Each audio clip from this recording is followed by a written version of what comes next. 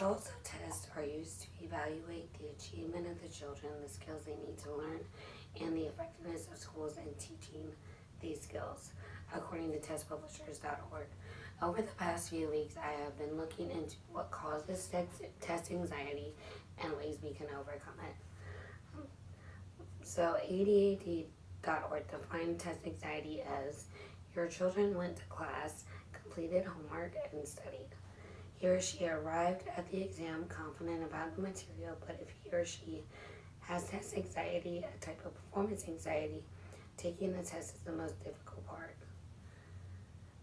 GetSchool.com defined it as, for most people, the biggest cause of test anxiety is fear. You might be fearful of failing because of lack of preparation, you didn't do well on the last test, or the result determines how you feel about yourself.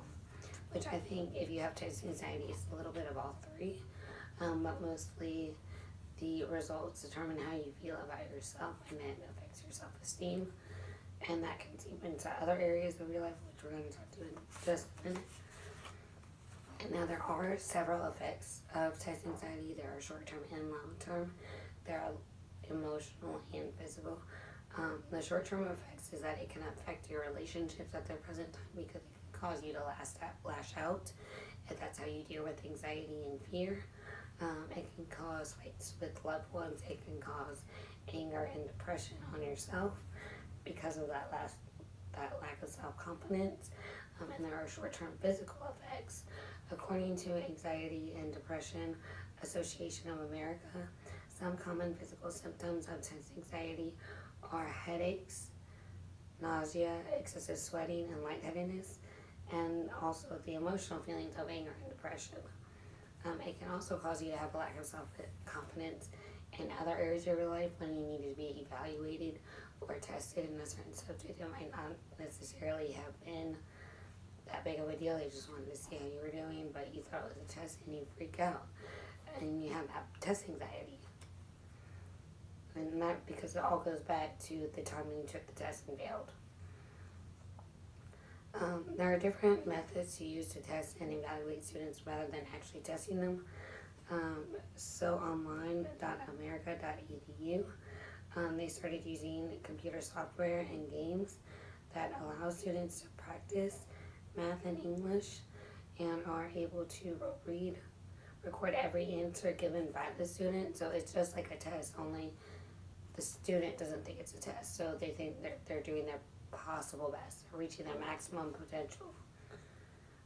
They already have pre-existing games, so we don't have to spend time thinking about it and planning all of this. We just have to buy it. And they already did a study that showed 86 that were polled agreed that there was a more educational value using this type of studying and learning. 79% believe there's an increased writing for the writing games, and 69% believe it gave the faculty more time to educate their kids. So all in all, that is what test anxiety is.